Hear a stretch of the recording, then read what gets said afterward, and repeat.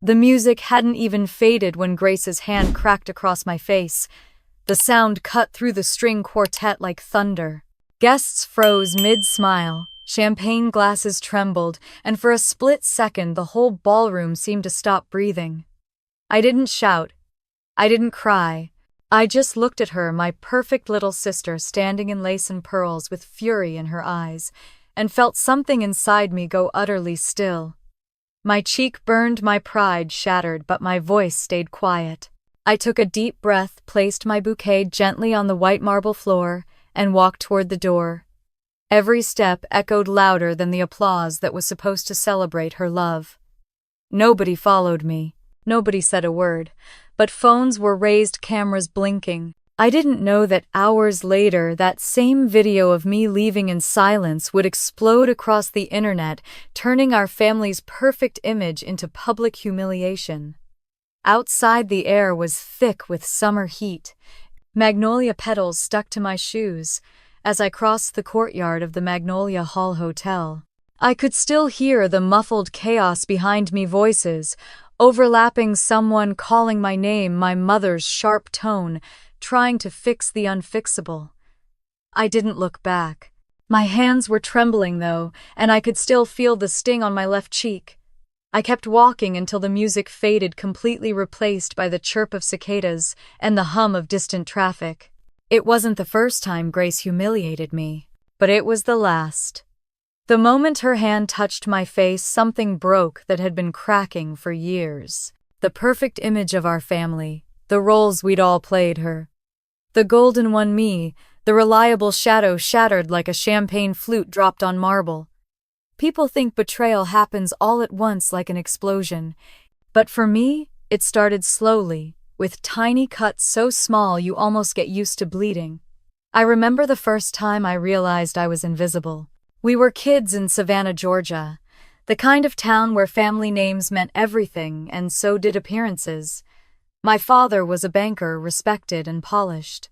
My mother organized church fundraisers and never missed a chance to remind us to smile for pictures. Grace, 2 years younger than me, was the bright one, blonde curls, easy laughter, born knowing how to turn heads. I was the quiet child with brown hair and an open book in my hand. She drew attention. I kept things running. It was an unspoken rule that Grace was the heart and I was the spine no one saw. The pattern started early. Grace forgot her homework, I helped her finish it. She made a mess, I cleaned it up. When I got straight A's, my parents smiled politely and said, "Good job." When Grace got a B, they threw her a dinner. When she was sad, the whole household stopped to comfort her. When I was sad, they told me to be strong, to set a good example. It wasn't cruelty, it was worse habit. The kind that slowly teaches you that your feelings don't matter as much as someone else's happiness. By the time we were teenagers, I had become the responsible one, the problem solver. Grace had become the performer. She'd walk into a room and light it up while I carried the quiet weight of everyone else's comfort. "You're lucky," Mom used to say. "You're dependable." Grace is fragile. As if being dependable meant I didn't need love too. Years later, when Grace met Alex at a charity gala, I was the one who introduced them. I had gone to college with him. He was kind, thoughtful, the sort of man who actually listened. Grace noticed him because he noticed me first. "Who's that?" she'd asked, tilting her head, studying his attention the way she studied mirrors. "Emma," I'd said. "He's my friend," she smiled.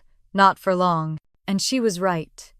Within months, they were inseparable. Our parents adored the match, two beautiful young people, the perfect Southern romance. I watched it unfold like a play I'd accidentally written myself out of. But standing in that ballroom today, her veil trembling, her lips curled in fury, I realized the play had always been rigged. Grace had spent years building a world where she was adored, and I was necessary only when convenient.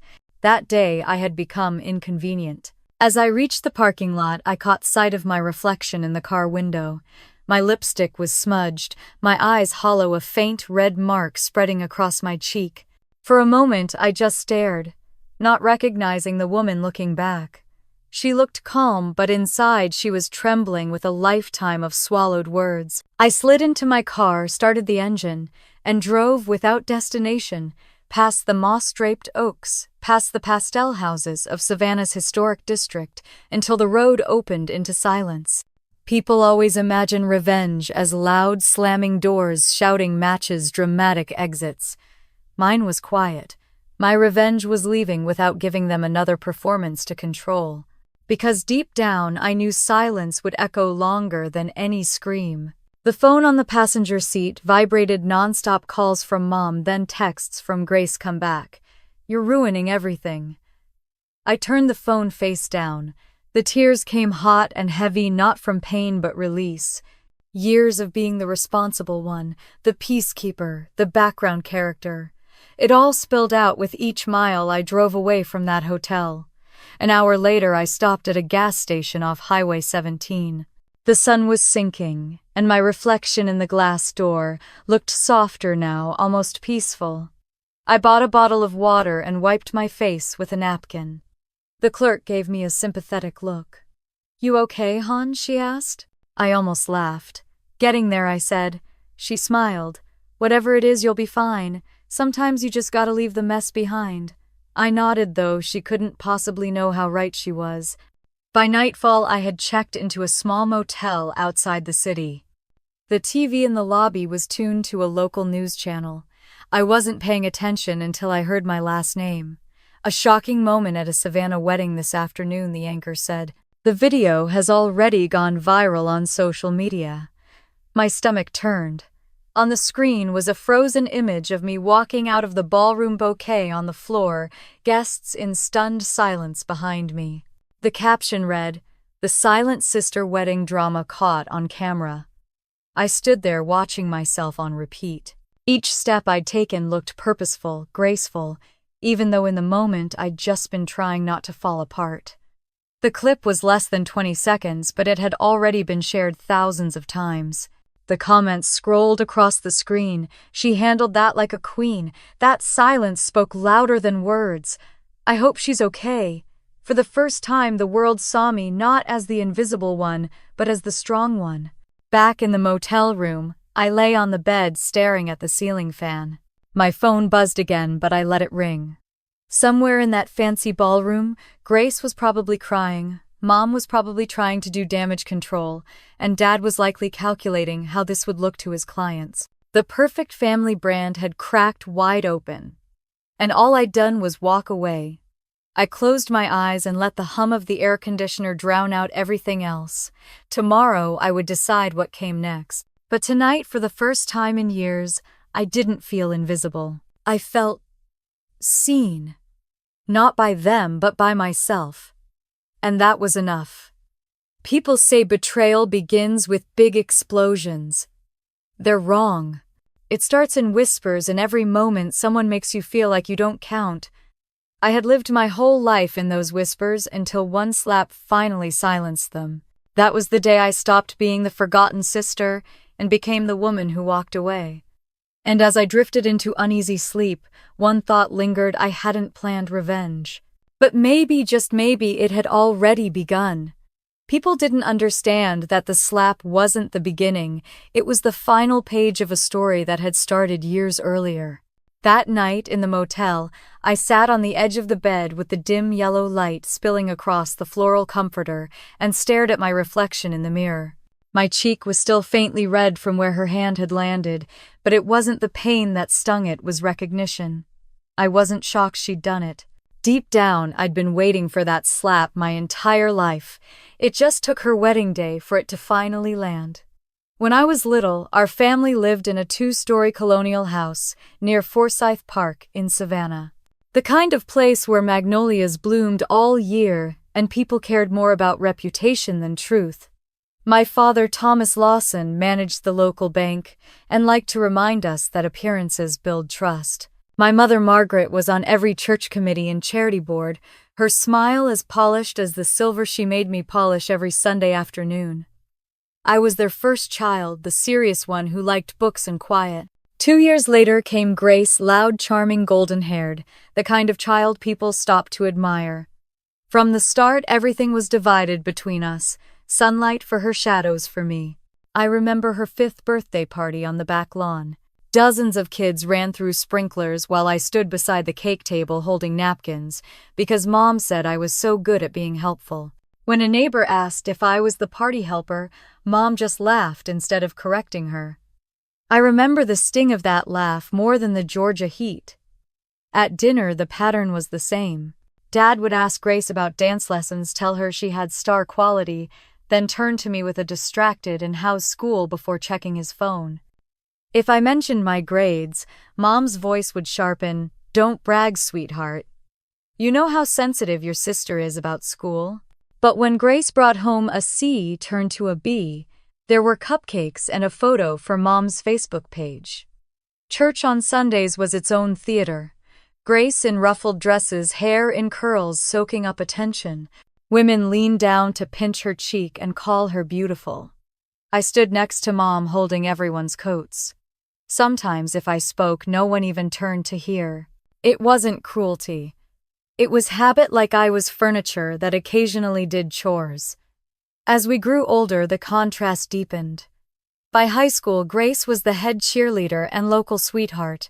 I was editor of the school paper and the only one in advanced English. My teachers adored me, but at home my achievements barely made a ripple. When Grace won Homecoming Princess, the whole family came to the stadium with signs. That same week, I won first place in the state essay competition. When I mentioned it at dinner, Mom smiled and said, "That's wonderful, Emma. Now let's not take the focus off Grace's big moment." That became my unofficial job description. Don't take the focus off Grace. Keep the peace. Carry the weight. Be responsible. Once during sophomore year, Grace got caught cheating on a chemistry test. Mom called me into the kitchen late at night. "Your sister's made a mistake," she said, twisting her wedding ring. "If she gets detention, she'll miss her practice, and the team is counting on her. Maybe you could talk to the teacher, say there was a mix-up." I remember staring at her, realizing she wasn't asking me to help, she was asking me to lie. I did it anyway. Grace hugged me afterwards, said, "You're the best," and skipped away humming. I didn't feel noble. I felt erased. That's how emotional neglect works. It doesn't shout, it whispers. It tells you to be grateful for being needed, even if you're never really seen. I became addicted to silence because speaking up only made things worse. If I stayed quiet, things stayed calm. That became my role, the invisible daughter who kept everyone else comfortable. I learned to read the room before walking into it. When Mom was tense, I took over her chores. When Dad was quiet, I handled Grace's forgotten tasks so he wouldn't be disappointed. When Grace cried, I canceled my own plans to listen. No one ever asked what I wanted, and eventually I stopped asking myself. There was one night I'll never forget. I was 16, studying at the kitchen table when Dad came home late. He kissed the top of my head, murmured, "Good night, sweetheart," and then stopped, startled. "Sorry," he said with a soft chuckle. "Thought you were Grace." I smiled like it didn't matter, but it did. He didn't even realize the difference. By the time Grace met Alex at 22, I had perfected the art of disappearing. She brought him home one Thanksgiving glowing as if she'd captured sunlight itself. Alex was polite, a little reserved, and when we shook hands, something in his eyes lingered, a quiet recognition, maybe curiosity. But before I could wonder, Mom swooped in to seat Grace beside him and announced she's always been the life of the family. When they got engaged a year later, Mom called it a union of charm and success. She meant it literally, Grace's beauty and Alex's money. I watched her slip on a diamond that sparkled brighter than any approval I'd ever earned. And still I smiled for the family photo. That Christmas, we took our annual portrait in front of the fireplace. The photographer, trying to arrange us, said cheerfully, "Let's put the bride-to-be in the center." Everyone laughed, shifting around Grace, as if she were a sun they orbited. I was told to stand slightly behind her so the focus stays balanced. When the flash went off, I blinked and missed my moment entirely. Later, looking at the printed photo, I noticed my eyes were closed, half hidden behind her shoulder. It was almost poetic. Mom hung that portrait over the mantel next to a quote that read, "Family is everything." I used to pass by it on my way to work and wonder whose family that was supposed to be, because it sure didn't feel like mine. Dad sometimes tried in his own awkward way.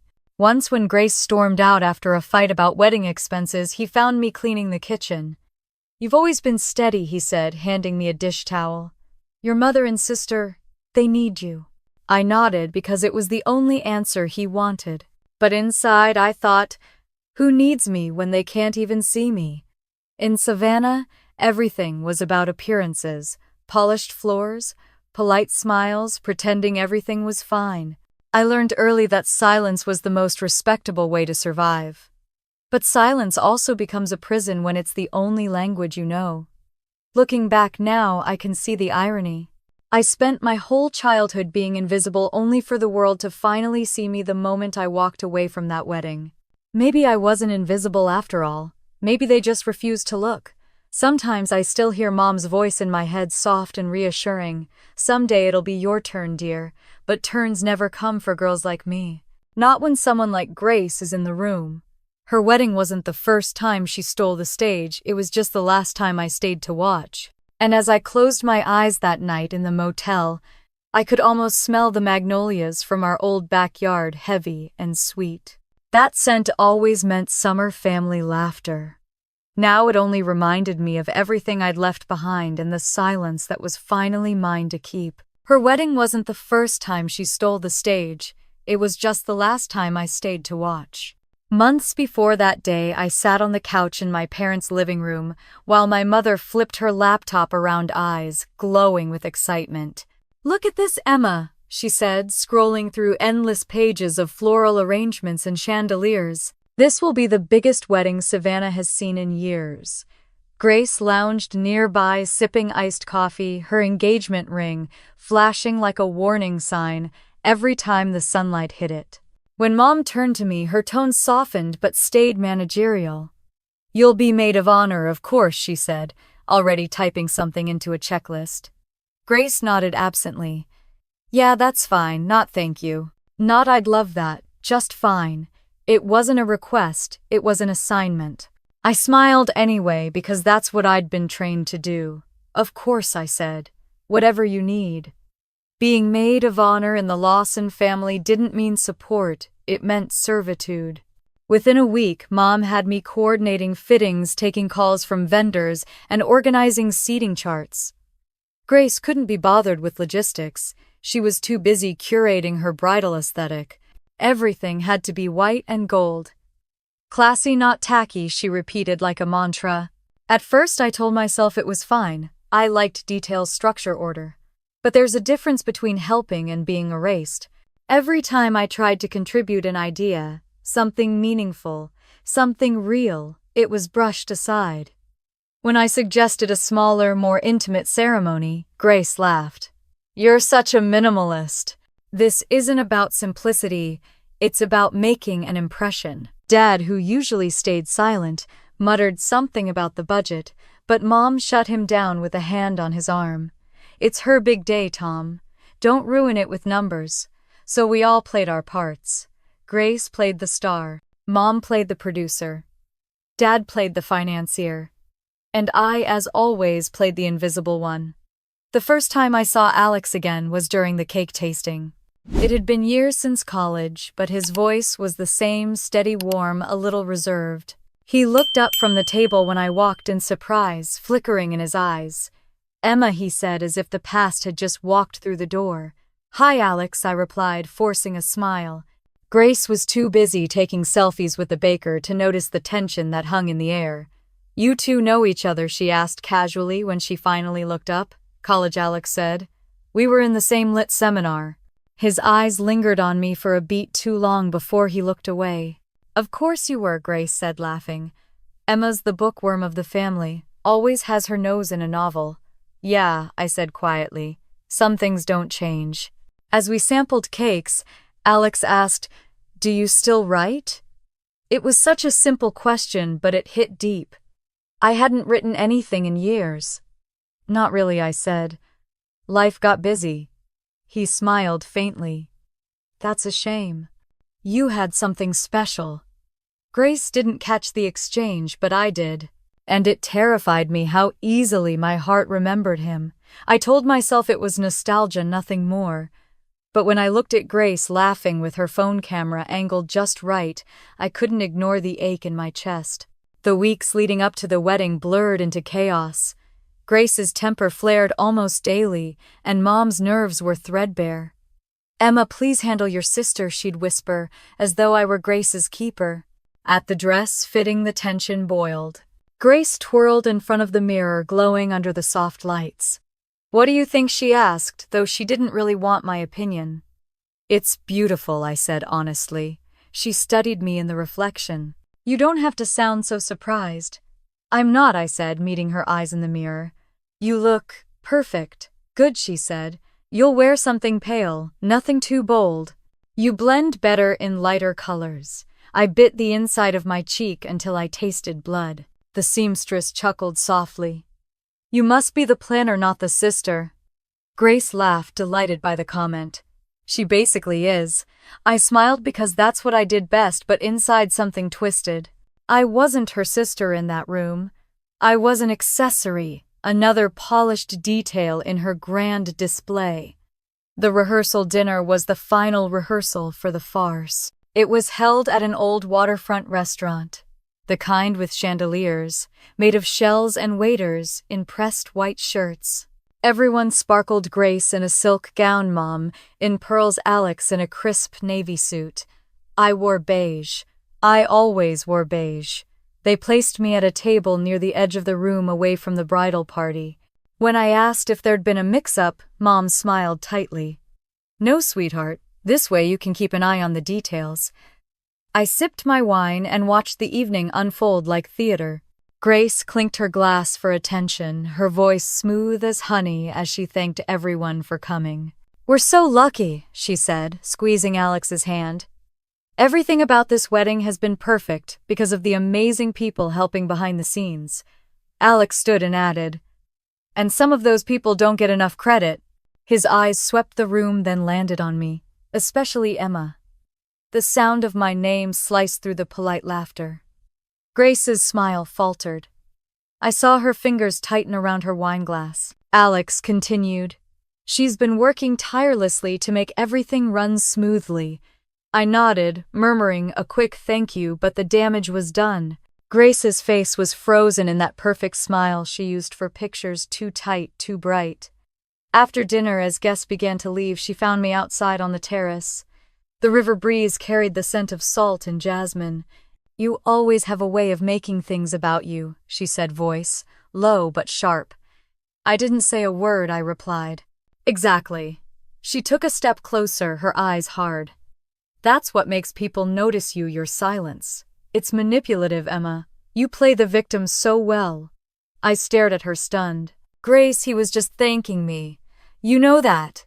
She tilted her head, the diamond in her ear catching the light. "Don't pretend to be innocent.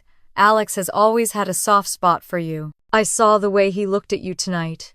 My stomach tightened. "You're imagining things." "Am I?" she whispered.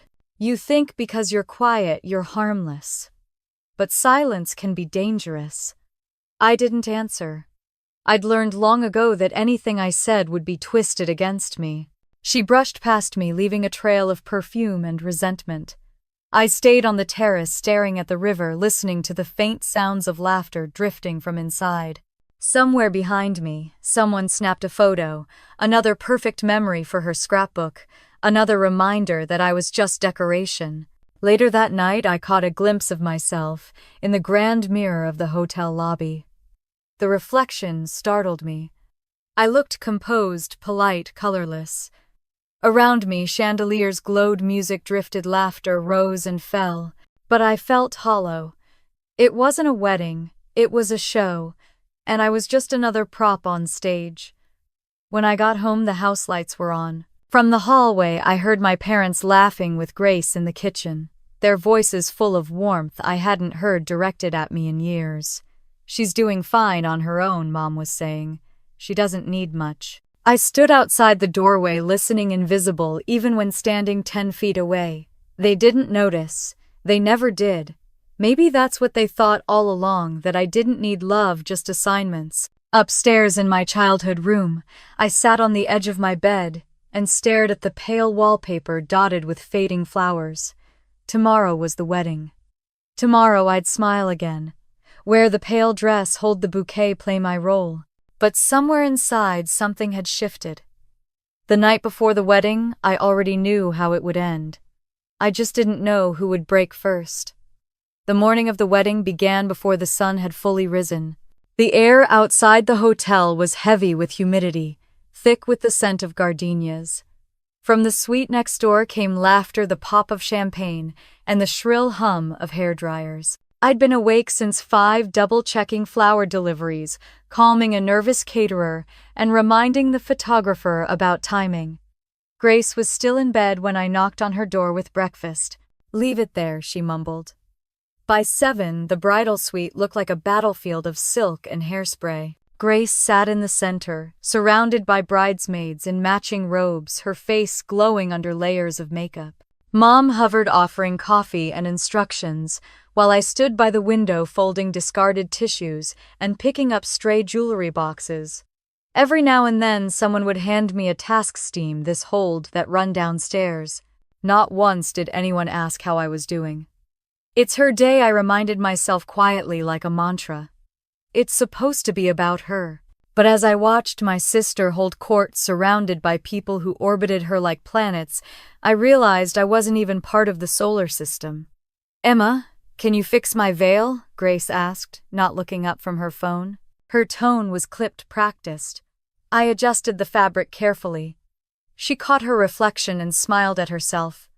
"Perfect," she said to the mirror, not to me. One of her friends, a tall brunette with a sugary accent, whispered loudly enough for everyone to hear. "She's the maid of honor." I thought she was part of the staff. The room giggled. Grace didn't correct her. I pretended not to notice and stepped out onto the balcony for air. Below the ceremony space glimmered rows of white chairs, golden ribbons fluttering in the breeze, every detail immaculate. My mother had gotten her wish. It was a wedding fit for a magazine spread. When I came back in, Alex had arrived. He looked striking in his tailored suit, but there was tension in his shoulders. He smiled politely at the bridesmaids, then turned toward me. "Hey," he said quietly. "You holding up okay?" "I'm fine," I said, though my voice sounded distant even to me. Grace caught sight of us and raised an eyebrow. "Alex," she called sweetly. "Don't stress her out with logistics. She has enough to handle." The edge in her voice didn't match the smile on her face. Alex nodded, slipping his hands into his pockets, retreating. I saw the bracelet on Grace's wrist, then a delicate silver band with a single blue stone. It looked identical to the one Alex had given me in college when I'd helped him through a rough semester. My stomach twisted. He must have told her the story once, unaware she'd replicate it. Or maybe she'd found out and wanted to claim even that piece of history for herself. The ceremony began at noon under a canopy of magnolias. The guests shimmered in pastel suits and summer dresses, their faces glowing in the Georgia Sunday. I stood behind Grace, bouquet in hand, as the string quartet played softly. My palms were damp, but not from nerves, more from a dull sense of detachment, like I was watching someone else's movie.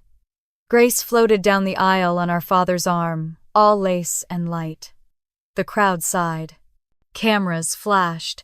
I followed a few steps behind, my heels sinking into the grass. When I reached the altar, Alex's eyes met mine for half a second before he looked back at Grace. It was nothing, but Grace noticed. I saw her jaw tighten, her smile stiffen. The vows passed in a blur of practiced emotion. The officiant's voice, the rustle of programs, the laughter of guests, it all blurred into a low hum. When the kiss finally came, the applause was thunderous. Everyone cheered except me. I clapped politely, smiling, because that's what the maid of honor is supposed to do. Inside, though, I felt hollow. The reception was held in the hotel ballroom, glittering with crystal chandeliers and the scent of champagne. A live band played Motown classics while servers weaved between tables with trays of oysters and wine. Grace and Alex made their grand entrance to applause twirling across the dance floor. I watched from the edge, invisible in the glow of their spotlight. I tried to blend into the background, greeting distant relatives checking the seating chart.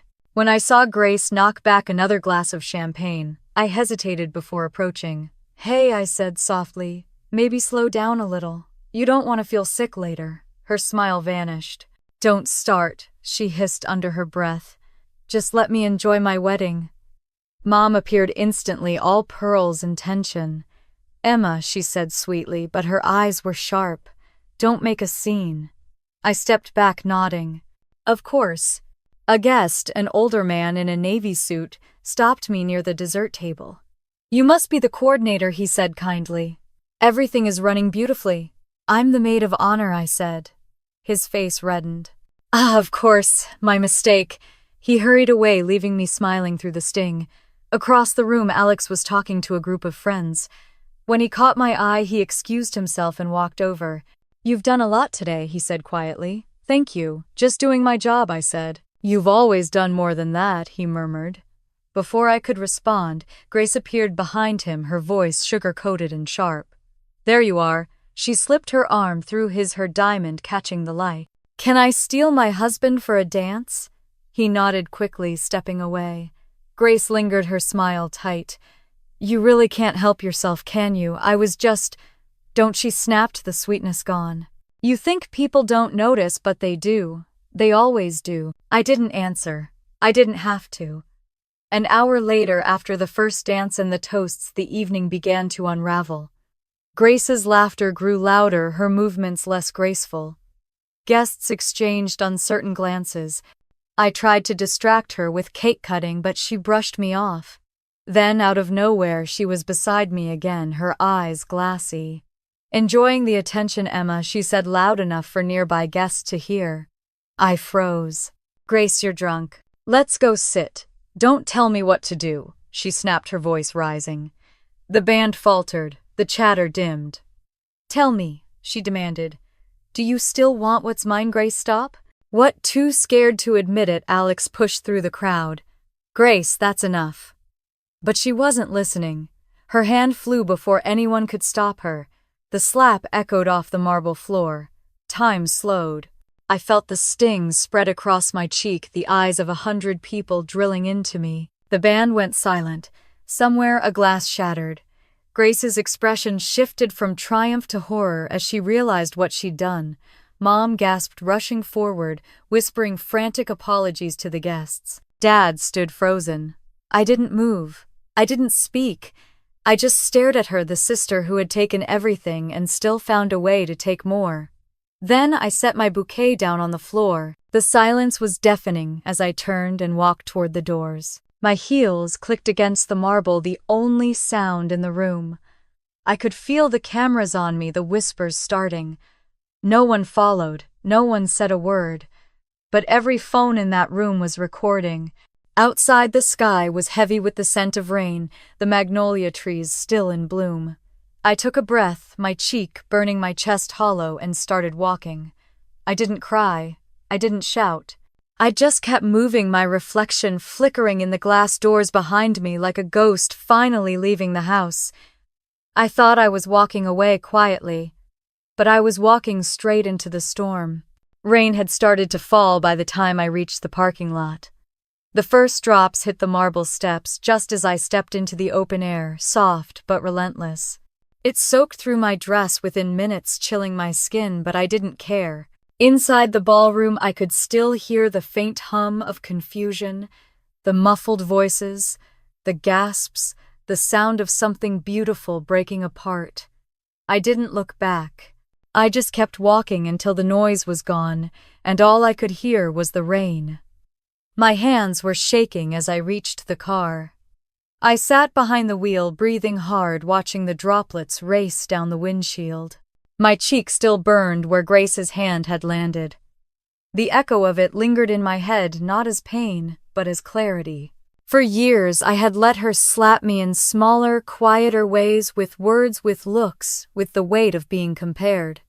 Tonight had simply been the first time she used her hand. I drove without direction past oak trees heavy with moss, past quiet streets lined with southern porches. Streetlights blurred through the rain, turning everything into a watercolor. I didn't know where I was going. I only knew I couldn't go home. My family would be there trying to spin the story, smoothing the surface of another disaster. But this one wasn't going to disappear. When I spotted a gas station glowing in the dark, I pulled in. The place was empty, except for a lone woman behind the counter, her gray hair tied up in a messy bun, a styrofoam cup of coffee in her hands. She gave me a nod as I walked in dripping. "Rough night?" she asked gently. You could say that I murmured, grabbing a bottle of water from the cooler. She studied me for a moment. Eyes kind but sharp. "You're not from around here." "No," I said. "Just passing through." She smiled faintly. "Sometimes that's the best thing you can do, keep driving." Her words hit deeper than she probably realized. I thanked her and went back to my car. I sat there for a long time listening to the rain drum against the roof.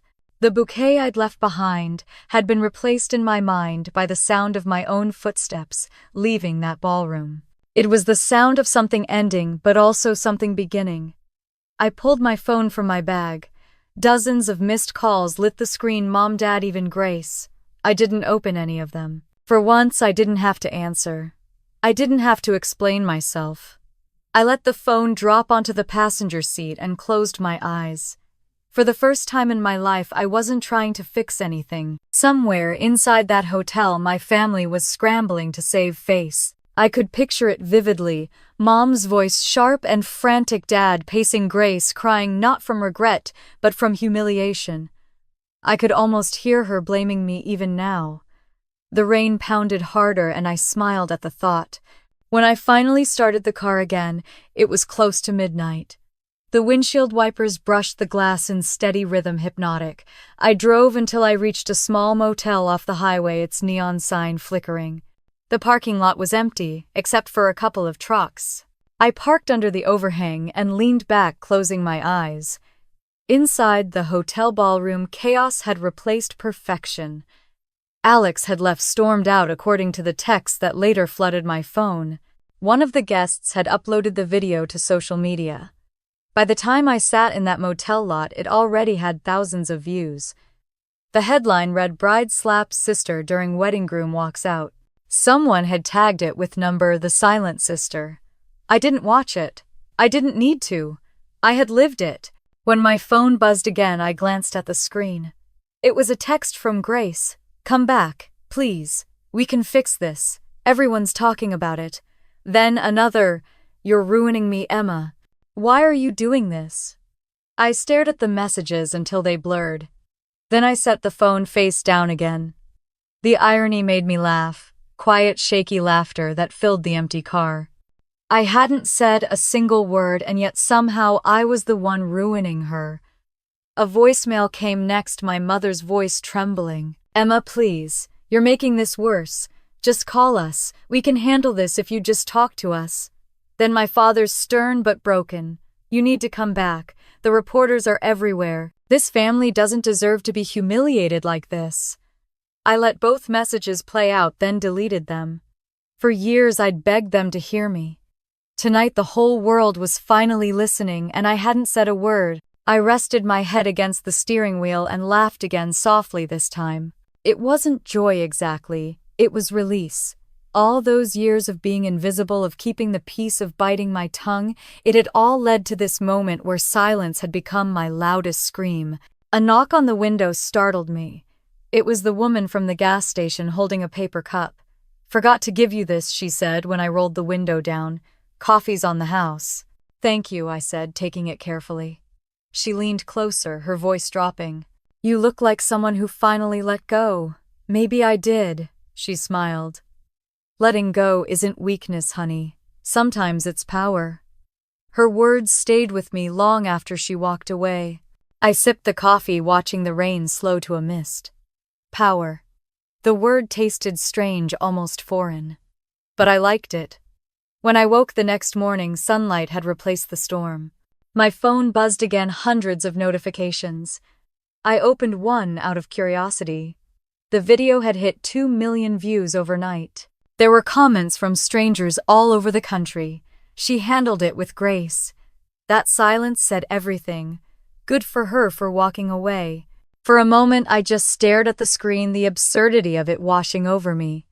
I'd spent years fighting to be seen by the people who should have loved me most, and it took a public scandal for the world to finally notice. I scrolled through a few more comments, then turned the phone off. Outside, the sky was washed clean. Puddles sparkled in the morning Sunday. I stepped out of the car, stretching stiff legs, breathing in the scent of wet asphalt and jasmine. I felt lighter somehow, as if something inside me had quietly unclenched. Maybe the internet would forget in a week. Maybe the world would move on. But my family wouldn't. They'd have to live with the truth now, every perfect illusion shattered by their own hands. I threw the empty coffee cup into the trash and got back into the car. The road ahead was lined with trees glistening from the rain. I didn't know where it led, and for the first time that didn't scare me. The storm had passed. But for them, it was just beginning. The next morning smelled like rain and gasoline. I sat in a diner off the highway, the kind with vinyl booths and a coffee pot that never stopped pouring. The waitress refilled my cup twice before I realized I hadn't taken a sip. My phone sat face down on the table, buzzing every few minutes, a tiny heartbeat of chaos from a world I'd just left behind. On the muted TV above the counter, the morning news anchors were smiling, their usual smiles, until the segment changed. The headline slid across the bottom of the screen: Savannah bride's wedding turns into viral meltdown. My stomach tightened. There it was, the ballroom, the magnolia arches, Grace's white dress, my face turning in stunned silence after the slap. The clip played again, this time slowed down. The anchor said, the video titled, "The Silent Sister has now surpassed 2 million views overnight." I froze coffee halfway to my lips. The waitress glanced at the screen, clucked her tongue, and said to no one in particular, "What kind of woman hits her own sister on her wedding day?" The man at the next table chuckled. Poor girl didn't even fight back. None of them knew that girl was sitting right there, drenched in yesterday's mascara, and wearing a wrinkled bridesmaid dress under a borrowed jacket. I almost wanted to tell them, but I didn't. Instead, I smiled faintly into my cup. "Let them talk," I whispered. "They're finally talking." In Savannah, things were far less calm. My mother was probably pacing the living room, curtains drawn tight, her phone glued to her ear, as she called everyone from the florist to her church friends, begging them not to speak to reporters. My father would be at his office, pretending to work while fielding calls from the bank board, his voice low and apologetic. Grace would still be in her hotel room, mascara streaked, scrolling through the storm she'd created. I imagined it all clearly, because that's how it always went: panic, denial, control. Except this time there was no controlling it. They'd built their entire lives on appearances, and now appearance was the very thing destroying them. Around noon, my phone lit up with an unfamiliar number. I hesitated, then answered. Emma. Alex's voice was rough, exhausted. "Yeah," I said softly. "I left," he said after a pause. "Packed my things and got in the car. Your parents tried to talk me out of it, but I couldn't do it anymore. I didn't ask where he was going. I didn't need to.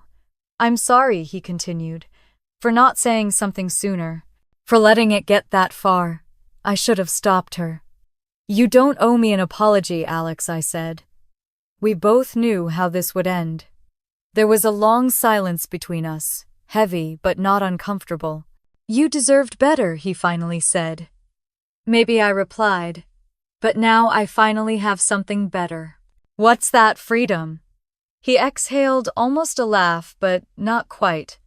"Take care of yourself, Emma. You too." When I hung up, I realized my hands weren't shaking anymore. Whatever part of me had still been waiting for him, for anyone to save me, was gone. By afternoon, the chaos had reached new heights. My phone flooded with notifications, messages from people I hadn't heard from in years, journalists, strangers calling me brave. The video was everywhere. Someone had even added dramatic piano music to it and titled it, "When Silence Speaks Louder Than Words." Grace, meanwhile, was falling apart. Lucy texted me updates, each one more surreal than the last. "She's losing it," she wrote. Her sponsors dropped her. Someone found her old tweets about being the perfect sister. People are tearing her apart. I pictured Grace, sitting on the bathroom floor, still in her ruined dress, scrolling through comments like shards of glass. I didn't hate her, not exactly. I just felt distant, like I was watching her drown in the same water I'd been treading for years. Mom must have seen it too, the first real crack in her golden child. I could hear her voice, even from miles away. "We'll fix this, honey." And Grace whispering, "You can't fix the internet." When my father finally called that evening, I almost didn't answer, but curiosity or compassion won. His voice was unsteady, a mix of anger and pleading. "Your sister's not well, Emma. She hasn't eaten. Reporters are camped outside. You need to call her." I stared out the diner window, watching the sunset bleed into gold and pink. "You didn't talk to me for years, Dad," I said quietly. "Why now?" "Because now we finally understand what silence costs." I let that sink in, then I said, "It costs everything." He didn't argue. For the first time, I heard something in his tone I'd never heard before: remorse. "I'm sorry," he whispered. "For all of it." I wanted to believe him. Maybe I did. But forgiveness wasn't something I could hand out like napkins at a dinner table. "I'll text her," I said finally. "But I can't come home. I understand." When the call ended, I stayed sitting there for a long time, watching the last sliver of sun dip behind the trees.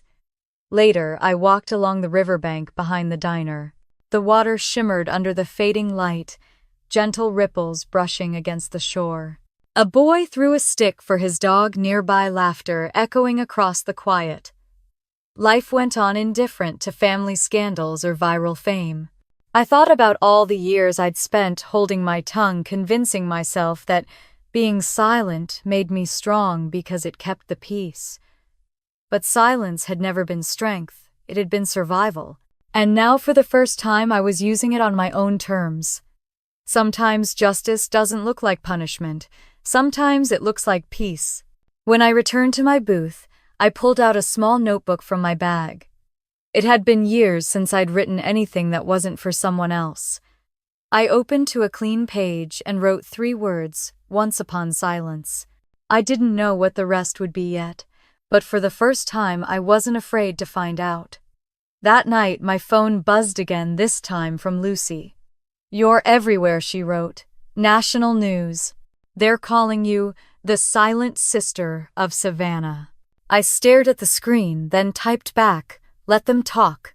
I set the phone down, leaned back in the booth, and smiled faintly. For years I lived in their story. Now they were living in mine. By the time the sun rose, my name was everywhere. Number the Silent Sister was trending across every platform, splashed between celebrity gossip and political outrage. My face, frozen mid-step, bouquet slipping from my hand, was on screens across the country. "Bride slaps sister at lavish Savannah wedding," one headline read. Another called me the symbol of quiet revenge. I watched it all unfold from the safety of my motel room, wrapped in a blanket that smelled faintly of bleach. The same silence that had once erased me was now the thing that made the world listen. On TikTok, women reenacted the slap scene with dramatic flair. On Reddit, people debated who was to blame. Some sided with Grace, calling her a stressed bride pushed too far, but most offended me. "She didn't say a word and she still won," one comment said. "That's power." Someone even made a slow-motion edit of me walking away, set to an empowering pop song. It already had 1 million likes. I scrolled through it all in disbelief. My phone vibrated, non-stop messages from strangers, reporters, even people from high school. "You're trending, girl," one text read. Finally, someone stood up to family toxicity. I didn't reply. Then came the emails. Dozens of them. Women I'd never met wrote to me about their sisters, mothers, husbands, people who had made them feel invisible. One said, "Watching you walk away reminded me I could leave too." Another confessed, "I haven't spoken to my parents in years, and for the first time I don't feel guilty." I read them all one by one, tears blurring the screen. They called me brave, strong, inspiring. But I didn't feel any of those things. I wasn't trying to make a statement. I'd just reached my breaking point and chosen silence over collapse. They saw power. I saw survival. By late morning, every major outlet had picked up the story. My hometown paper ran the headline, "Local Family at Center of Viral Wedding Scandal." They published old photos me and Grace as kids smiling in matching dresses. The caption read, "Once inseparable sisters now divided by a single slap. Back in Savannah, the chaos had reached a fever pitch. Lucy texted updates in bursts, reporters outside your parents' house. Your mom's crying, your dad's furious. Grace apparently had gone into hiding. Someone leaked her Instagram comments, hundreds of strangers attacking her. How could you treat your sister that way? You ruined your own wedding. Karma always wins." Mom tried damage control, giving a short phone interview to a local station. "It's all been blown out of proportion," she said, her voice brittle. "Families fight. We just never expected ours to become national news." The clip went viral too, but for all the wrong reasons. Viewers mocked her tone, called her cold and complicit. I watched the segment in silence, an odd mix of pity and detachment swirling in my chest. For once, I didn't have to explain who the villain was. The world had decided for me. That afternoon, I got an email from a producer at a morning talk show. They wanted me to appear to tell your side of the story. They offered to fly me to New York, put me up in a hotel. I didn't even think about it. I deleted the message. Another email arrived minutes later, this one different. It was from Miss Carter, my high school English teacher. "Emma," it read. "I saw the video. Everyone has. The way you carried yourself, steady, graceful, that's a story worth telling. Not for fame, but for healing. You always had a writer's soul. Maybe this is your beginning, not your ending." I reread her words 3 times, my throat tightening.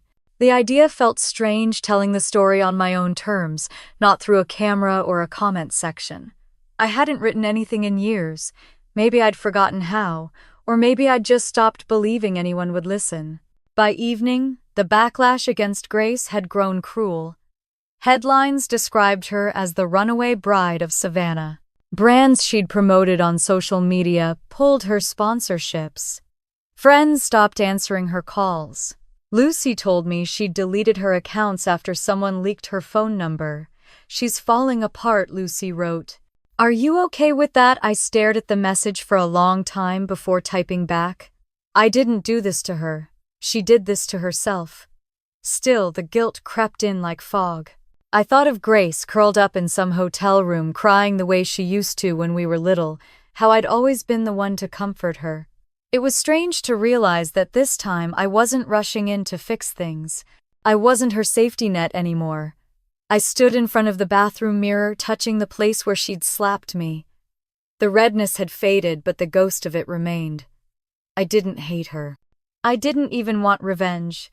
I just wanted peace. But peace, I was learning, can be louder than anger. The phone rang again, another reporter, another exclusive offer. I ignored it and went outside. The motel parking lot glowed orange under the setting Sunday. A few kids were playing tag nearby, their laughter cutting through the hum of passing cars. Life kept moving, unaware of the drama that had consumed mine. I leaned against the hood of my car, feeling the warmth of the metal under my palms. The sky was streaked with pink and gold. For the first time in years, I wasn't thinking about what anyone expected of me. No image to uphold, no role to play. Just me, quiet, alive, free. Later that night, I sat at a small cafe downtown, a place with mismatched mugs and soft jazz playing in the background. I opened my laptop, fingers hovering over the keyboard. I wasn't sure what I wanted to write: an apology, a memoir, a confession. Maybe all of it, maybe none. I typed the first line, slowly, deliberately. The story everyone saw wasn't the whole story. Then another. It wasn't about revenge. It was about finally being seen. Words began to flow, hesitant at first, then stronger. For years, I'd written essays, no one read letters, no one answered. Now the words felt like coming home. I didn't need to defend myself anymore. I didn't need the internet's approval or the world's outrage. The only thing I needed was my own voice. Maybe the story wasn't about punishment after all. Maybe it was about peace. Maybe it was about boundaries, the invisible line I'd finally drawn between who I was and who they needed me to be. And maybe for the first time I was writing the ending myself. Fame felt like noise. Even with my phone on silent, it buzzed against the nightstand like a restless heart. A few weeks had passed since the wedding, but my name was still floating somewhere between gossip columns and self-help podcasts. They called me the silent sister, half symbol, half spectacle. Talk shows dissected my composure, influencers used my photo to sell emotional strength, and strangers tagged me in videos about setting boundaries. Everyone had an opinion, but none of them knew me. I'd rented a small apartment above a bakery in Charleston, a few hours from Savannah. It smelled like sugar and sea air, quiet enough that I could hear my own thoughts again. But even here, I couldn't escape the echoes. Someone had painted the words, "Be like the silent sister," on a cafe chalkboard near my building. I stood staring at it one morning, a paper cup of coffee cooling in my hands, wondering when my pain had become a slogan. They wanted empowerment. What I felt was exhaustion. One afternoon, I got an email invitation to speak at a women's conference about self-worth and family boundaries. They wanted me to share my journey to healing. I laughed out loud, startling myself. Healing I hadn't healed. I'd just survived. I deleted the message without replying. Still at night, the quiet had its own kind of weight. Sometimes I replayed the wedding in my mind, the slap, the silence, the walk away. At first it gave me strength, but as the days passed, the memory felt heavier. It wasn't revenge that haunted me anymore. It was the sound of her voice before everything broke. You think people don't notice, but they do. 3 weeks after the wedding, the calls stopped coming. Not from reporters, they'd moved on, but from my family. Mom, who used to text me lists and reminders, had gone silent. Dad, who always pretended indifference, had disappeared into it. Grace, well, I didn't expect her to reach out, not after everything. But the silence from all of them sat in my chest like a stone. Lucy kept me updated through short, hesitant messages. Your mom hasn't left the house. Your dad's under review at work. Grace isn't doing well. I reread that last line more than I wanted to admit. I hadn't meant to destroy them. I just wanted to stop being destroyed. That night, I sent a message I'd written and deleted a dozen times before. I hope you're okay. It wasn't an apology, and it wasn't forgiveness. It was something in between, a small opening in a locked door. No reply came. The next morning, the screen lit up with the message still marked delivered. I watched it fade into the list of unread conversations, each one a ghost of what used to be home. A week later, Lucy drove up from Savannah to visit me. She brought croissants and the local paper. The front page headline still mentioned my family, though smaller now. Bride from viral video reportedly in therapy. Lucy slid the paper across the table. You're still a legend, she teased softly. I didn't want to be a legend, I said. She took a sip of coffee. No one chooses how people see them. But you did choose to stop hiding. I looked out the window at the early sunlight glinting on the bakery sign. Sometimes it feels like I burned down the house I grew up in. Maybe you did, she said, not unkindly. But sometimes fire is the only thing that clears the air. Her words lingered long after she left. Maybe she was right. The house had been beautiful from the outside, but suffocating inside. It had taken years to realize that love without recognition isn't really love at all. Later that evening, while washing dishes, my phone chimed. An unfamiliar email address blinked across the screen. The subject line read, "From Grace." My breath caught. The message was short, shaky, and real. You were right to leave. I'm sorry for everything. I'm getting help. I hope someday we can start over. I sat down hard at the kitchen table, staring at the words until they blurred. For years I dreamed of this, an apology acknowledgement, something that said she finally saw me. Now that it was here, I didn't feel triumphant. I felt human. The tears came quietly, slow and cleansing. I typed my reply carefully. "Take care of yourself, Grace. I'm healing too." It wasn't closure exactly, but it was a beginning. The next morning, the world felt different. I walked down to the shoreline just after sunrise. The sky was soft pink, the waves small and steady. I slipped off my shoes, letting the cold water reach my ankles. For once, I didn't flinch. The air tasted clean. For so long, silence had felt like punishment. Now it was space, to breathe, to forgive, to exist, without needing to prove anything. The tide rolled in, brushing over my feet, like an old friend. I found a small seashell glinting in the sand, perfect in its imperfection, its edges worn smooth by time. I turned it over in my hand and smiled. Maybe some things aren't meant to stay whole. Maybe they're meant to be softened by the waves until the sharpness is gone. When I got home, I opened my laptop and the document I'd started weeks ago. The first sentence still waited for me, blinking. Once upon silence, I added a new line beneath it. Every family has a breaking point. Ours just happened to be filmed. Outside my window, the bakery opened for the morning rush. I could hear laughter, the clink of coffee cups, the sound of normal life resuming. I wasn't famous anymore. I wasn't invisible either. I was just me.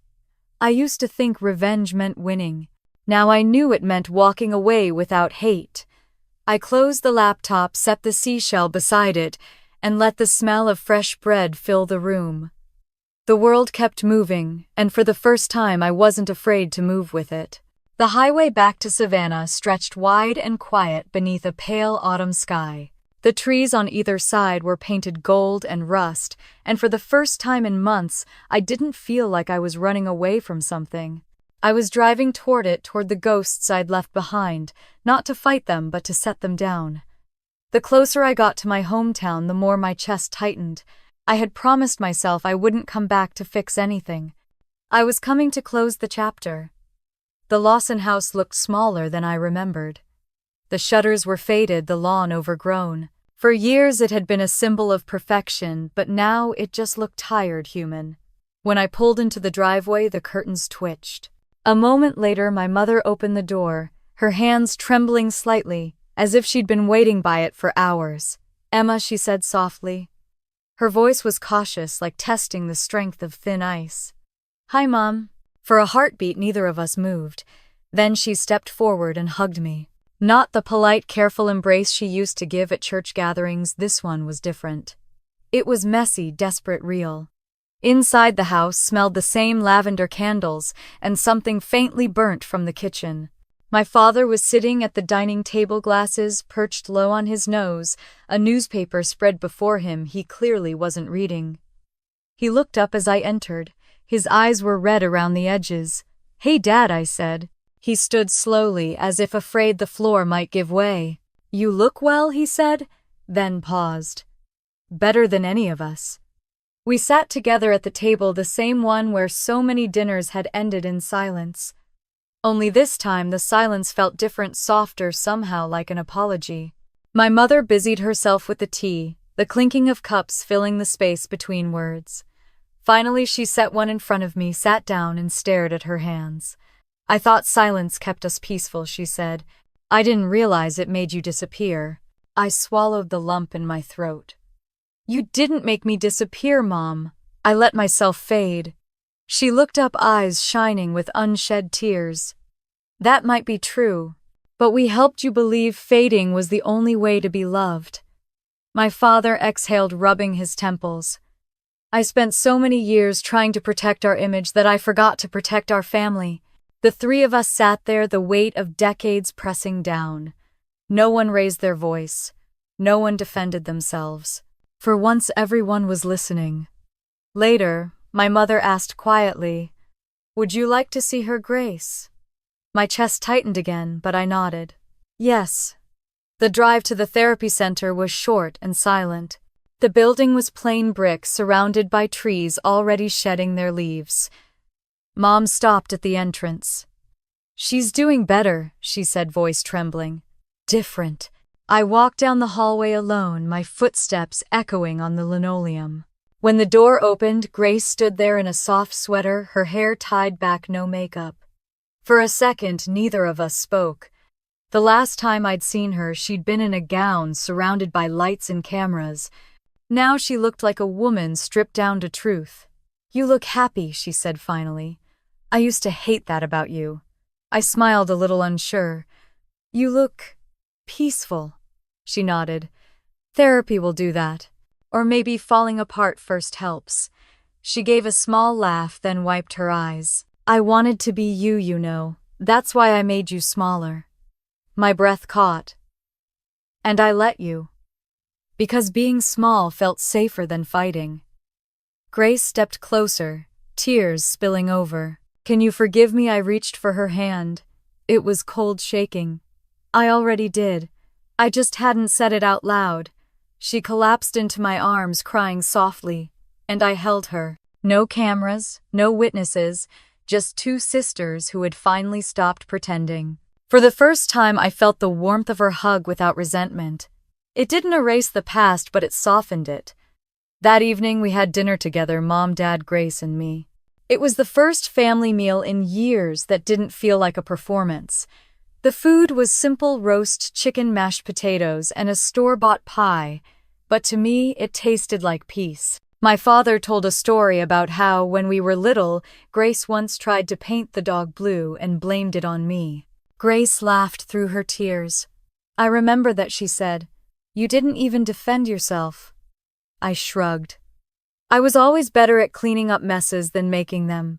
The table went quiet for a moment, and then my mother reached across and took my hand. "Not anymore," she said. The silence that followed wasn't heavy like the old days. It was warm, full. For once, it didn't feel like something we needed to fill, it just was. When I woke up the next morning, the house was bathed in golden light. I packed my bag quietly. Mom met me at the door, her hair undone, her robe slipping off one shoulder. She hugged me tightly. "Thank you for coming home," she whispered. Dad appeared behind her, his voice thick. "Drive safe, sweetheart." Grace came last, holding a small envelope. "This is for you," she said, pressing it into my hand. "It's something I wrote during therapy. You don't have to read it now." "I will," I promised. We stood on the porch for a moment, the four of us framed by morning light. Then I turned and walked to the car. As I drove away, I looked in the rearview mirror. The house was still there, smaller than it had ever seemed, but somehow lighter too.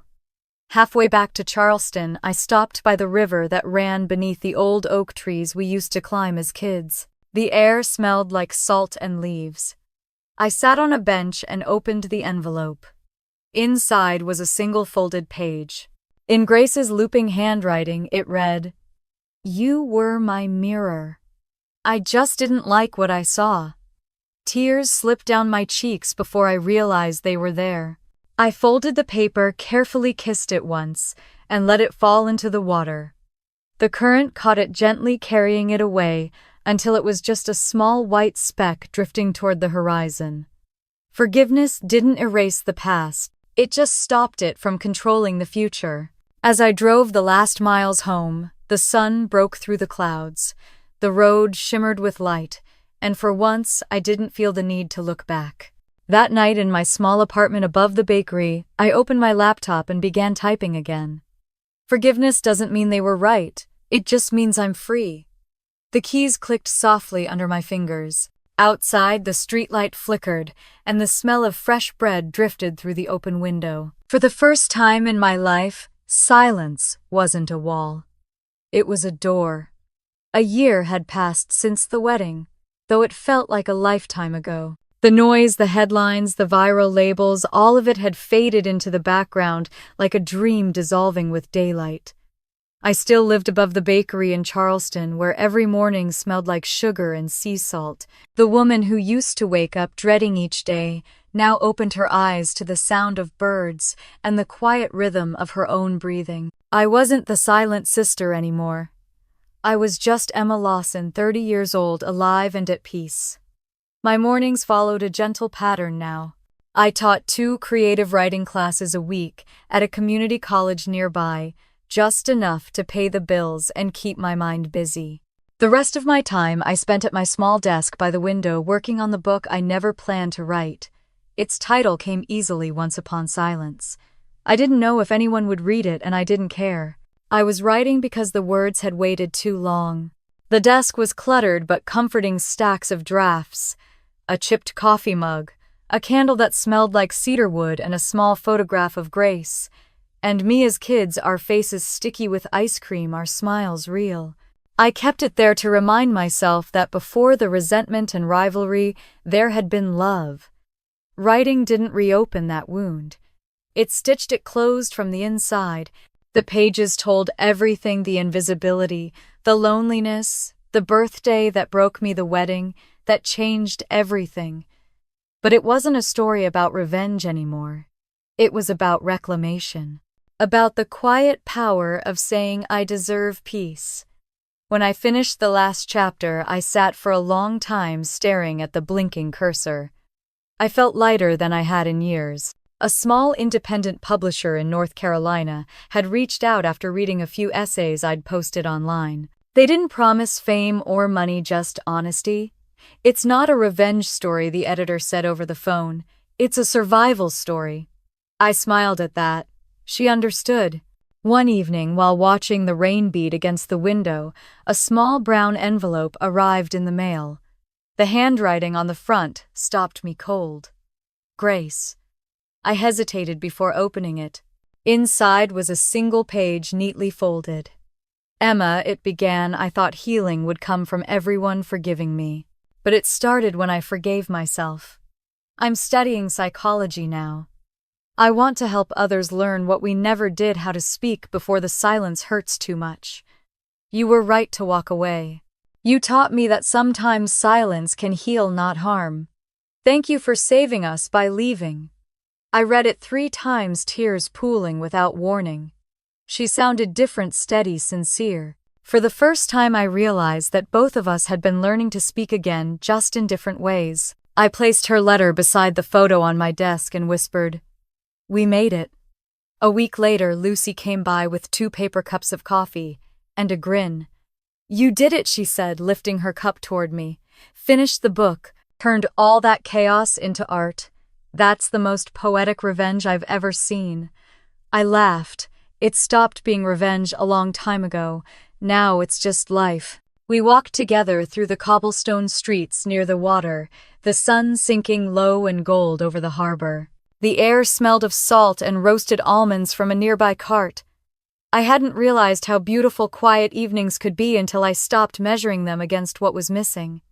Do you ever miss them? Lucy asked gently. Sometimes, I admitted, but missing someone doesn't mean you belong with them. She nodded. Maybe peace was never something you found. Maybe it's something you build. I smiled. Maybe it's both. The months passed quickly after that. Spring came with jasmine and long walks by the water. Then one morning, an email arrived from my editor confirming a date for the book's release, June 12th. The day made me laugh. It was exactly 1 year since the wedding. The launch was small, held in a quiet corner of the Charleston Public Library. There were only 20 chairs, half filled by my students, a few locals, and of course Lucy. I wore a simple blue dress, the same color as the one that had been ruined that night, only now it made me feel strong instead of broken. When I stood at the podium, my voice trembled at first. This isn't a story about a wedding, I said, looking at the modest crowd. It's a story about learning to live without applause. About how silence can be both a wound and a home. After the reading, people lined up for signed copies. As I was finishing, I noticed someone hovering near the back. She wore a soft cream sweater and a shy smile I hadn't seen in far too long. Grace. My heart fluttered, but this time not with anger or fear, just gratitude. She walked up slowly, holding a copy of my book. You did it, she said quietly. I reached for her hand. We both did. She nodded, eyes shining. I'm proud of you, Emma. And for the first time I believed she meant it. The cameras from a small local paper clicked softly in the background, capturing the moment. But it wasn't about the photo. It was about the two of us finally standing side by side, not rivals, not victims, just sisters. That night, back in my apartment, I placed the first printed copy of Once Upon Silence on my desk. The candle flickered, casting shadows on the walls. I traced my fingers over my name on the cover. The journey that had begun with humiliation and pain had somehow led here to peace, to purpose, to something whole. Outside, the city lights shimmered on the surface of the harbor. I thought about all the versions of me that had existed before the invisible daughter, the obedient sister, the woman who walked away in silence. I wanted to tell her she'd done the right thing, that silence wasn't her punishment, it was her protection. I opened my journal and wrote one last line beneath all the others. I can't rewrite what happened, but I can write what comes next. For a moment, I just sat there listening to the hum of the bakery downstairs and the heartbeat of a city that no longer felt foreign. Then I turned toward the window where the moonlight poured across my desk. If you've ever felt unseen, unheard, or silenced, know this: your voice doesn't have to be loud to matter. Sometimes all it takes is walking away with grace. This was my silence, my story. And my revenge was peace. I blew out the candle and the room fell into darkness, soft, calm, infinite. The kind of silence that finally felt like home. The morning started quietly, the way most of my mornings did now: coffee brewing, the smell of bread from the bakery downstairs, sunlight creeping through the blinds. I was halfway through grading essays when my phone buzzed with a message from Lucy. "You're trending again." I frowned, wiping my hands on my sweater before picking up the phone. Trending wasn't a word that fit my life anymore. I hadn't posted on social media in nearly a year, but curiosity won. I opened the link she'd sent, and there it was, a headline splashed across an online magazine: "The Silent Sister, where is she now?" The article had resurfaced from an old interview I'd given right after my book came out. Someone had clipped a video of me saying, "Silence isn't weakness, it's a choice." The clip had gone viral again, reshared with new commentary, new hashtags. People were dissecting me all over again. The Silent Sister returns. I scrolled through the comments, half amused, half weary. Some were kind. "She's an inspiration." Others were sharp. "She made a career out of family drama." But what struck me most was how little any of it mattered now. I didn't feel anger or shame, just distance.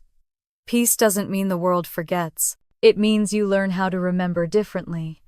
Still, I let myself watch the clip once through. There I was, standing at the podium during my first book. Signing, voice trembling slightly but steadying halfway through. We spend so much of our lives trying to be heard. But sometimes the bravest thing you can do is stop explaining yourself.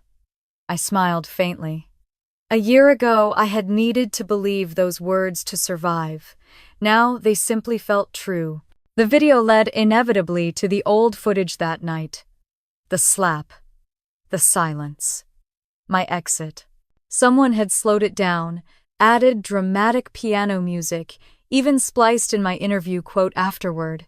It should have felt invasive. Instead, I found myself studying the girl in the video. Her face pale, her dress wet, her eyes full of something between pain and resolve. For years I'd seen her as the moment I broke. Now I saw her as the moment I began. That thought stayed with me all morning as I walked to campus. The oak trees that lined the sidewalk were shedding leaves, the air crisp with autumn. My students were already seated when I arrived, chatting softly. I began class as usual, reading exercises, a short lecture about narrative honesty. Then, halfway through, a hand went up near the back. "Professor Lawson," a girl said hesitantly, "are you the Silent Sister?" The room went still. Even the ceiling fan seemed to pause. I smiled, setting my notes down. I said. "She taught me how to be me." A few nervous laughs rippled through the class. The girl nodded, blushing. "My mom used to watch that video. She said it helped her leave an awful marriage." The words caught me off guard. My throat tightened. "I'm glad," I said softly. Tell her I'm proud of her. We moved on after that, but something inside me shifted. For so long, I'd tried to separate myself from the story to make sure I wasn't trapped by it again. But hearing that my silence had given someone else courage reminded me that maybe stories aren't traps. Maybe they're bridges. That night my phone rang again. Grace's name lit the screen. I hadn't heard her voice in weeks. "Hey," I said, smiling as I answered. "I saw the post," she said gently. "The whole internet's at it again. I thought it might bother you." "It didn't," I replied, looking out the window at the dusky sky. "Not this time." "I'm glad," she said. I could hear laughter in the background, faint and comforting. "I'm interning now, did Mom tell you, at a women's counseling center. Mostly we work with emotional abuse survivors." I closed my eyes for a moment, warmth rising in my chest. "You're helping them the way we both needed help," I said. She laughed softly. "Maybe it's karma, maybe it's healing." We talked for another half hour about her classes, her new apartment, how Mom had started volunteering at a library. It was strange, the way we could talk now without walking on glass. I hung up feeling lighter, like the distance between us wasn't a wound anymore, but a stretch of calm water. Later that evening I drove to the beach. It had become my place, the same shoreline, where I'd learned to breathe again after everything. The sky was bruised purple, and orange the horizon glowing faintly as waves folded against the sand. The wind picked up strong enough to whip my hair across my face. A storm was coming in from the east. The scent of rain hung in the air, electric and clean. I slipped off my shoes and stepped closer to the water, letting the tide kiss my ankles. For a moment I thought about that phrase people love to use, moving on. I used to think it meant forgetting. Now I understood it meant carrying the past differently. The wind howled, and the first drops of rain began to fall cool and sharp against my skin. I didn't move.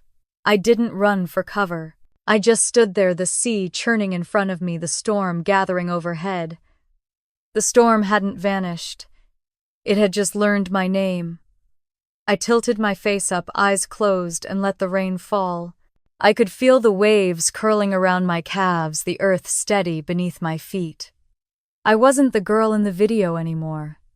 I wasn't even the author everyone wanted me to be. I was just a woman standing in the rain, unafraid of getting wet. When the downpour finally eased, I walked back to my car, soaked but smiling. The world had tried to write me as a symbol, a victim, a heroine, but none of those titles felt like mine anymore. I was simply someone who had learned to stand still in the storm. Back home, I changed into dry clothes and brewed tea. On impulse, I opened my laptop and reread the first email I'd ever sent to my publisher. My hands didn't tremble this time. I scrolled to the bottom of the document I'd been editing for weeks, notes for the re-release of my book. A new chapter waited to be written. I titled it, "When Silence Meets the Storm." The words came easily. You can't control the storm, but you can choose what grows after the rain.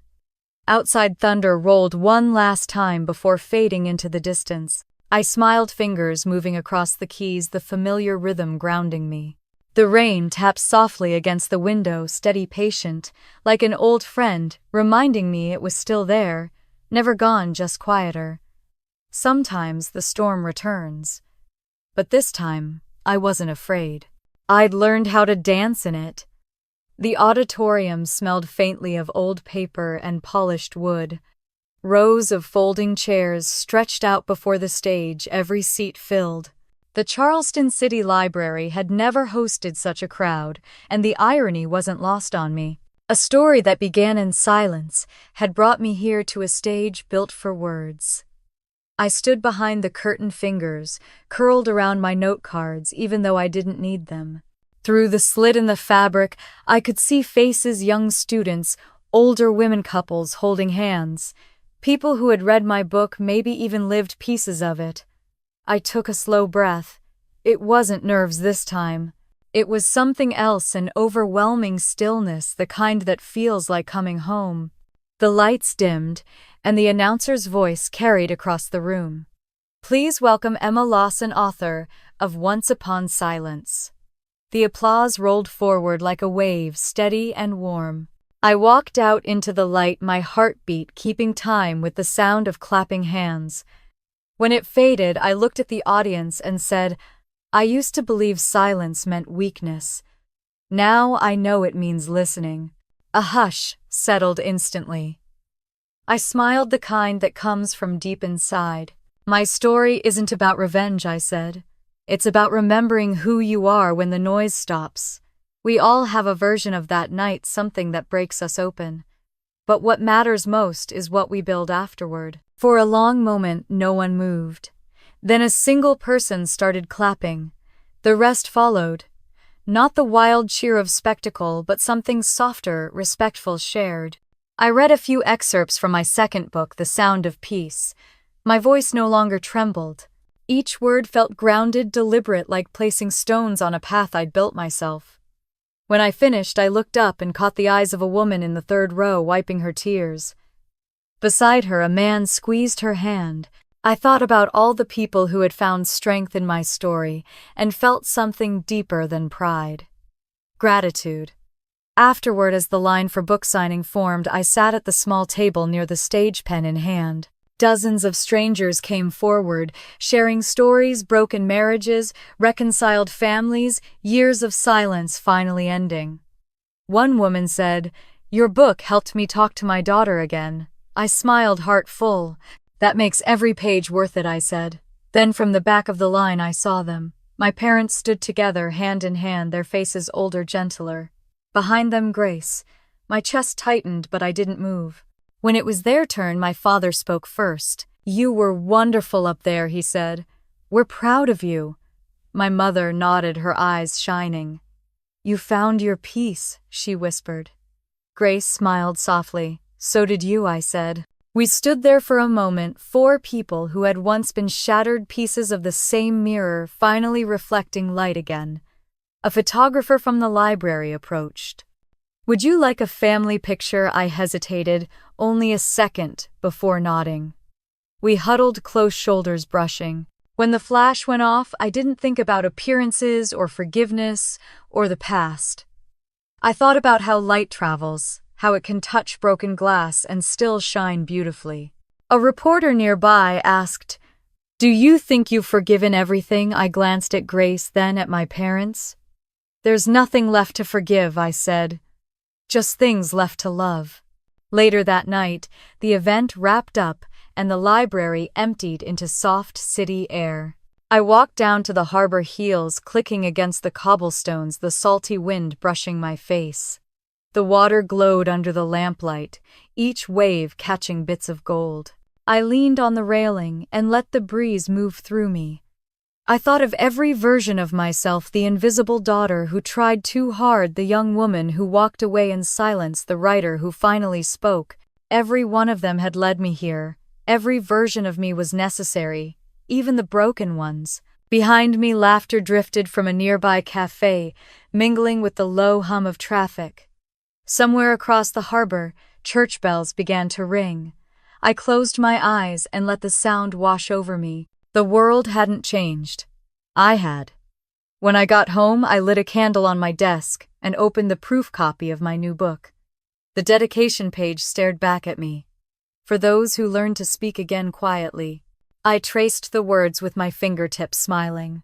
Next to the book sat the small seashell I'd picked up on the beach months ago and a framed photo of my family taken that night, our faces unposed, our smiles real.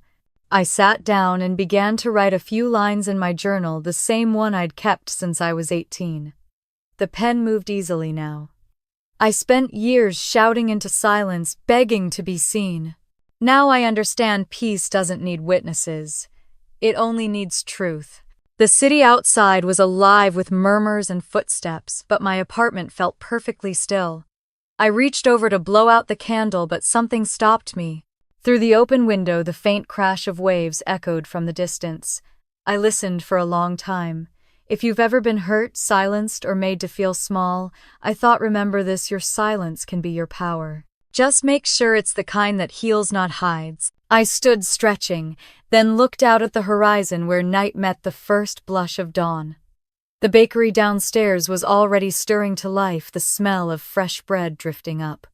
I took a deep breath. The air tasted new. This wasn't the story of how I was silenced. It was the story of how I learned to listen to myself, to love, and to peace. I blew out the candle. The room dimmed, bathed in the soft gray light of morning. Outside, the waves kept rolling steady, endless, beautiful. The sound of peace.